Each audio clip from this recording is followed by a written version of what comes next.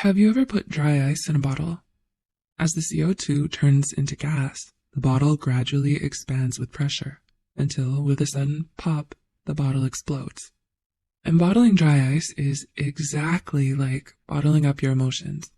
There's a time limit before the metaphorical bottle explodes. And it can be hard to release the pressure.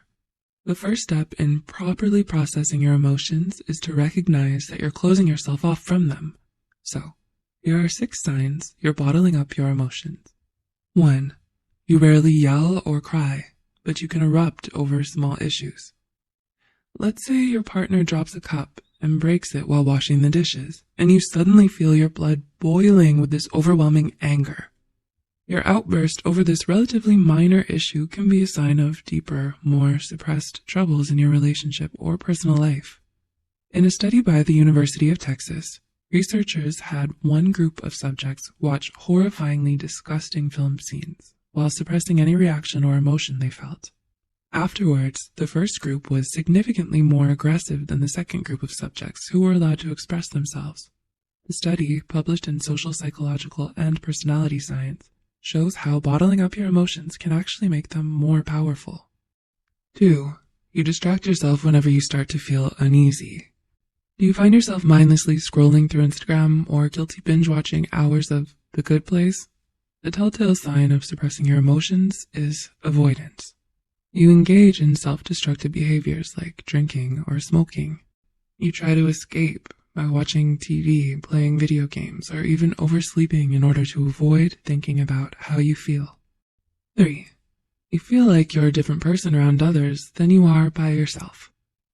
Bottling up your emotions can create a divide between who you think you are and how others see you. You might feel exhausted, anxious, or jaded in private, but your friends may see you as confident and calm.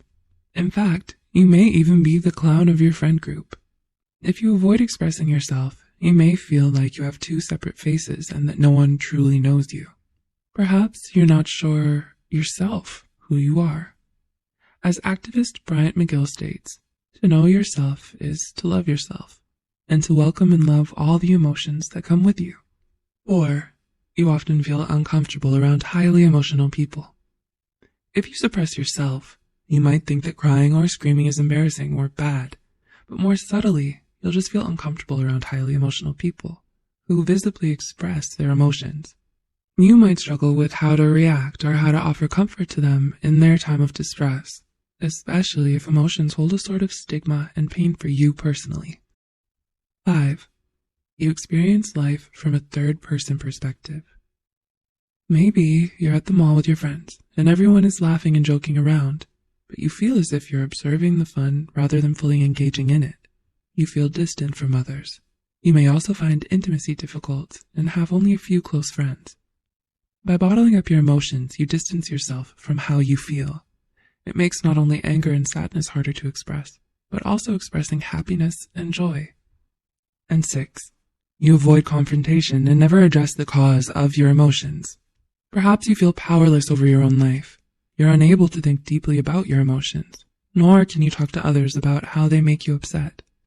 Even if you bottle your emotions, you can still feel angry and sad, but instead of finding the cause of the negativity, you numb yourself to the pain.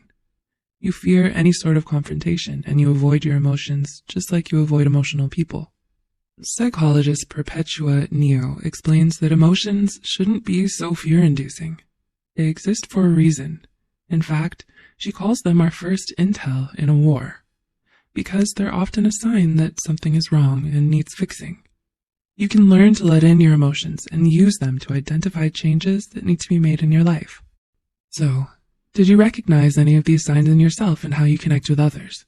If you enjoyed watching this video, give us a thumbs up and share it with someone who might find it helpful too.